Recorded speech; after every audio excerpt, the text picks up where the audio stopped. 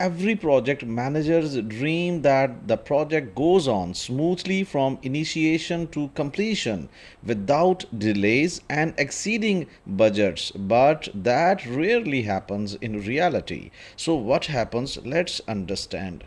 So you can do it if you have management skills. Management skills will protect you and your company in terms of time extension and claims.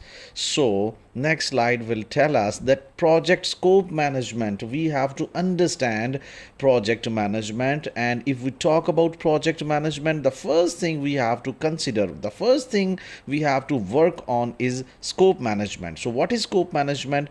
It is a process that helps in determining and documenting the list of all the project goals, tasks, deliverables, deadlines, and budget as part of the planning process. So, in project management, it is common for a big project to have modifications along the way.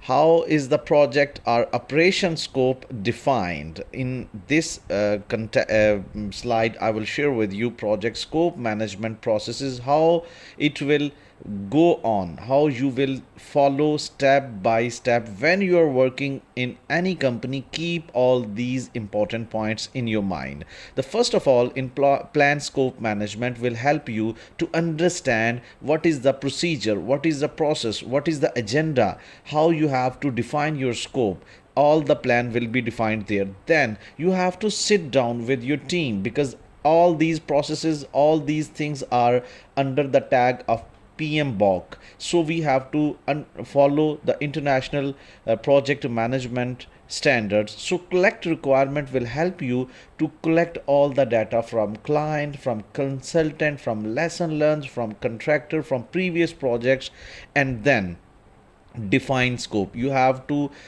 define your scope as per the context of your data collection.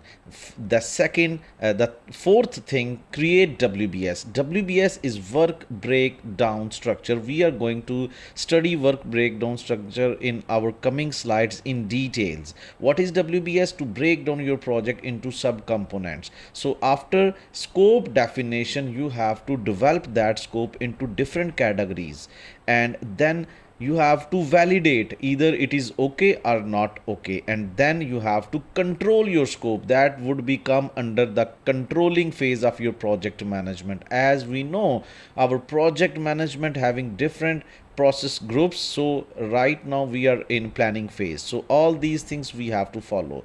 So raw data to refine templates, it's very important to understand, to picturize this thing, that how raw data will look like and how it will look like when you will refine it. So it's like a combination of so here you can find out the different blocks which are there in irregular way, but it will not give you any picture. But when you find data, it will be look like this kid's home.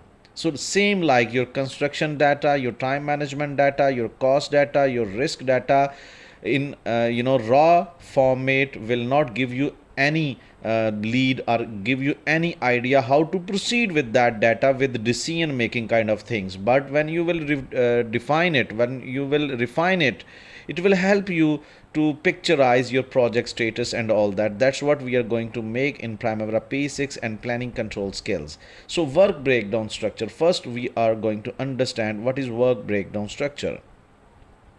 A work breakdown structure in project management and system engineering is a deliverable oriented breakdown of a project into smaller components. A work breakdown structure is a key project deliverable that organizes the team's work into manageable sections. The project management body of knowledge defines the work breakdown structure as a hierarchical decomposition of the total scope of the work to be carried out by the project team to accomplish the project objectives and create the required deliverables. Let me share with you one whiteboard example over here. I'll give you more precise example over here for the work breakdown structure. Let's get back into school days. There you have assigned to write essay, And in that essay, it was obvious advice from our seniors, teachers, or something like from our senior from school, that to break down that lengthy topic of essay into different kind of headings. I'll give you an example. If you are going to write essay on some personality, historical personality, then you will break down that essay into birth, that personality, birthplace, birth date, education.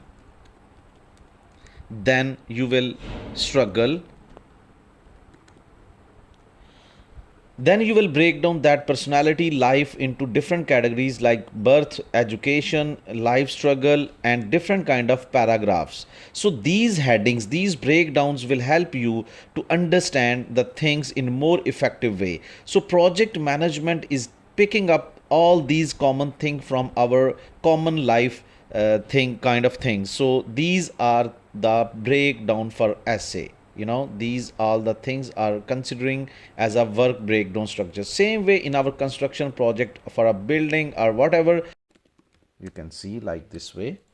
And activity is the project lowest level. At this level you will find out your project how much time this task will take time, how much time it will take, and how many resources or technicians are workers it will require to complete that work, how much cost it will take, and what is the sequence of that work. Sequence of that work is very important to understand, because this sequence will help you to develop your CPM, critical path method, which in coming lectures we are going to understand the most important thing in our project planning, critical path method.